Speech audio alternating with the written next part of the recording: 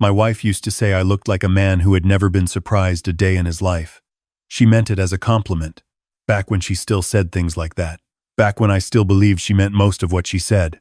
I'm 63 years old. I spent 31 of those years building things. Houses, mostly. Foundations, framing. The kind of work that teaches you to read a structure before it collapses. You learn to see the stress fractures before the wall comes down. You learn to notice what other people walk past without thinking. I noticed. I just didn't say anything. Not yet. This is the story of how I found out that two people I loved without question had been working against me for nearly 2 years. And how my son, my quiet, careful son, already knew. And how together, we decided not to make a single sound until the moment was exactly right. I want to be clear about something before I go any further. I am not a vengeful man. I don't enjoy conflict. I like my coffee black, my mornings quiet, and my evenings on the back porch with a book I've probably already read. My neighbors would describe me as steady. My former crew would say I was fair.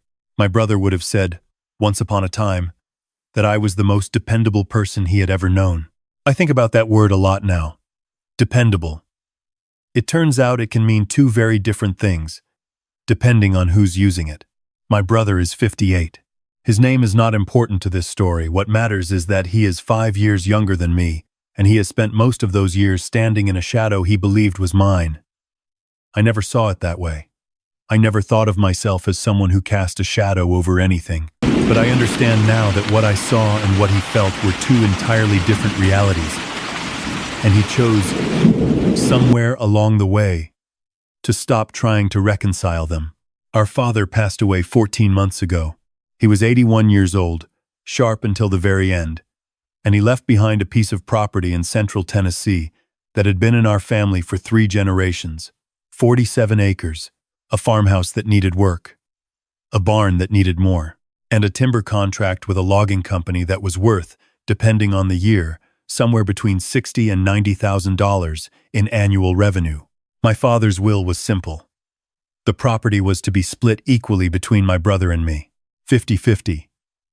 He had written it that way because he believed in fairness above almost everything else, and because he knew, or thought he knew, that his 2 sons were capable of handling an equal partnership. What he could not have known, what none of us should have had to know, was that my brother and my wife had already decided, long before my father drew his last breath, that 50% was not going to be enough.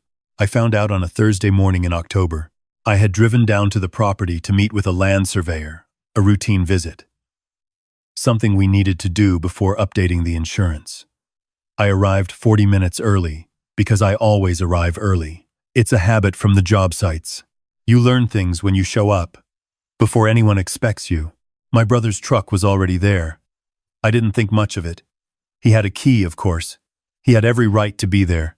But the second vehicle in the gravel drive was not a truck I recognized from the county or the logging company. It was a dark blue sedan. And there was a decal on the rear window from a real estate brokerage in Nashville that I had never heard of.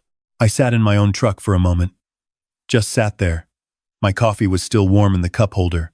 The morning was gray and very quiet, the way Tennessee mornings get in October when the fog hasn't fully lifted yet. I did not go inside. I drove back to the main road, parked behind an old equipment shed that blocked the view from the farmhouse windows, and I waited. 40 minutes later, 3 people came out of the farmhouse. My brother, a man in a sport coat, carrying a leather folder, and my wife. I watched them shake hands in the gravel drive. I watched my brother clap the man in the sport coat on the shoulder the way he used to clap the shoulders of men he was about to do business with. I watched my wife say something that made both men laugh.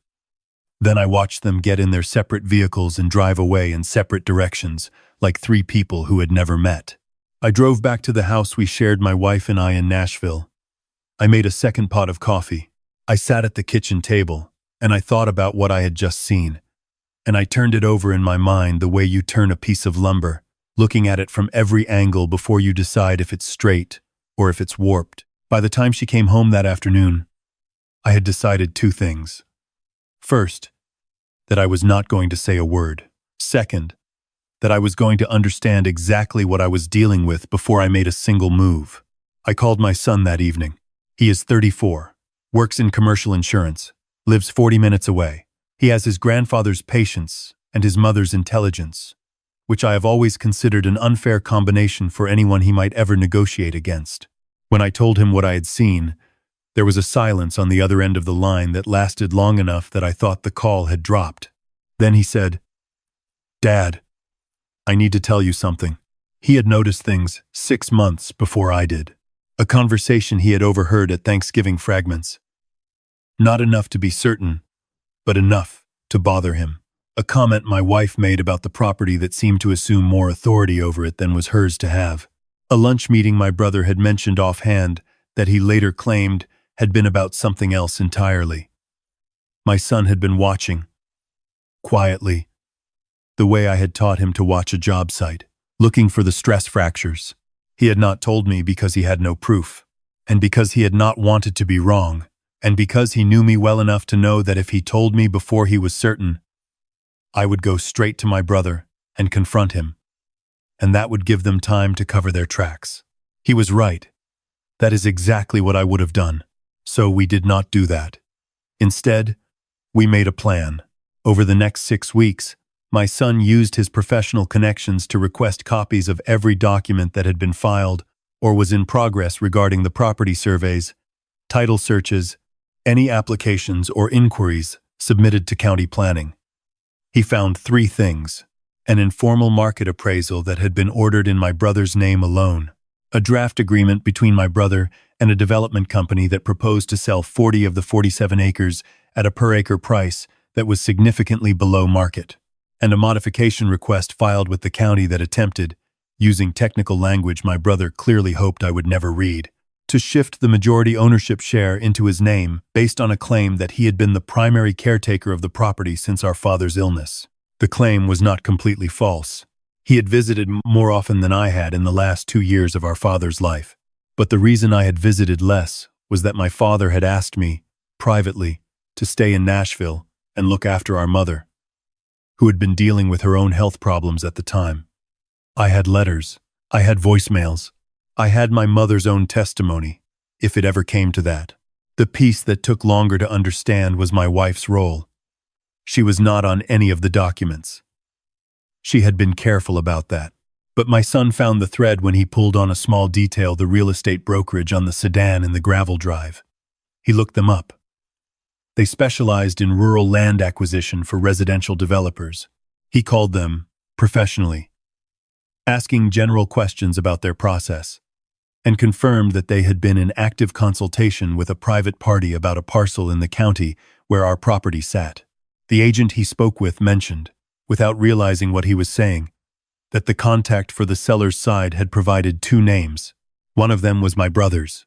The other was my wife's married name. My name. She had given them my name as if it were hers to give. I have thought about that a great deal since then. The way a person can live beside you for 30 years and build, in the margins of that life, a version of themselves that you never saw. I don't know when she decided that what we had built together was something to be liquidated rather than kept. I don't know if there was a moment, a conversation, a season when everything changed.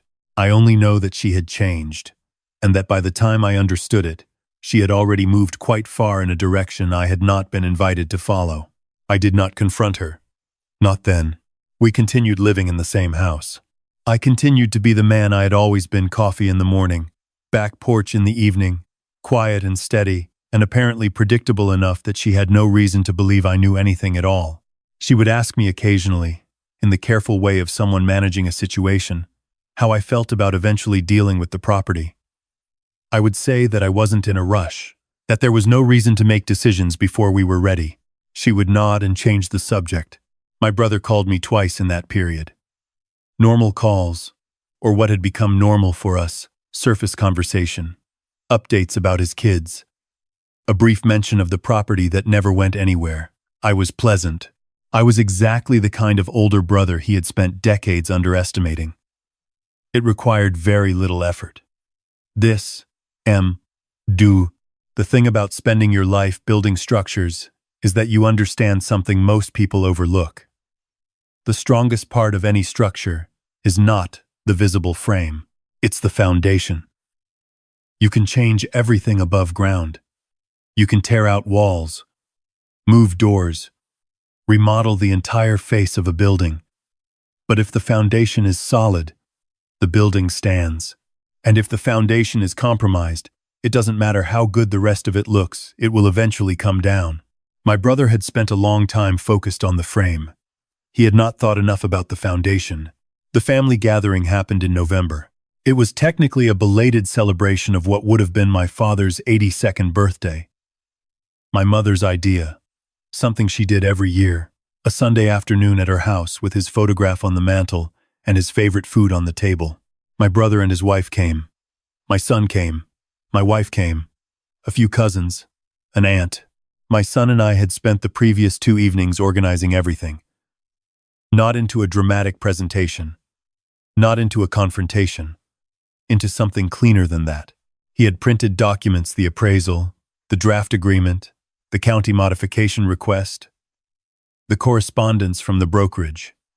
He had arranged them in a simple manila folder. And he had, through his insurance work, consulted with a real estate attorney about exactly what had been attempted and exactly what our options were. The attorney had been very clear. What had been filed with the county was, at minimum, a fraudulent misrepresentation of ownership share. What the brokerage had been engaged to facilitate, if it had proceeded, would have constituted a breach of fiduciary duty and potentially worse. My wife's involvement, documented by her name appearing as a co-contact without my knowledge or consent, created its own significant legal exposure. None of it had been completed. The modification request had been flagged by the county clerk routine. Apparently, when a sole applicant claim involves jointly held inherited property and had stalled before any action was taken. The sale had not been finalized. No money had changed hands. They had come very close, but they had not crossed the final line. And I had found out before they did. I waited until my mother had gone to rest in her chair by the window, the way she does after she eats, the television low and her eyes half closed. Then I asked my brother if he could come into the kitchen for a moment. My wife was in the living room. My son was at the kitchen table. My brother walked in with the easy confidence of a man who believes he holds every card. He sat down across from my son, nodded at him, looked at me. I put the folder on the table, and I opened it. I did not raise my voice. I have never raised my voice at my brother. Not in 58 years. I was not about to start. I said, "I'd like you to walk me through what you and my wife have been working on with the property." He looked at the documents. I watched his face. He is not a man who panics quickly. My brother, I will give him that. He looked at the papers the way a man looks at a car accident from across the street, calculating whether he is close enough to be involved. Then he said, "George, I can explain." And my son said, quietly, not looking up from the folder, "The county modification request was filed 11 months ago. The brokerage consultation started 8 months before that. We have the dates. Loderin, Loderin, Loderin res." The silence in that kitchen was one of the longest I have experienced in 63 years of living. My brother's confidence left him the way air leaves a room when a window is opened in winter, not all at once, but steadily and completely. He said my wife's name, as if she were the one who was supposed to be there to manage this moment. I said, "She's in the other room. You can talk to her later. Right now you're talking to me." What followed was not a dramatic confession. There was no tearful explanation, no moment where he told me what had driven him to it.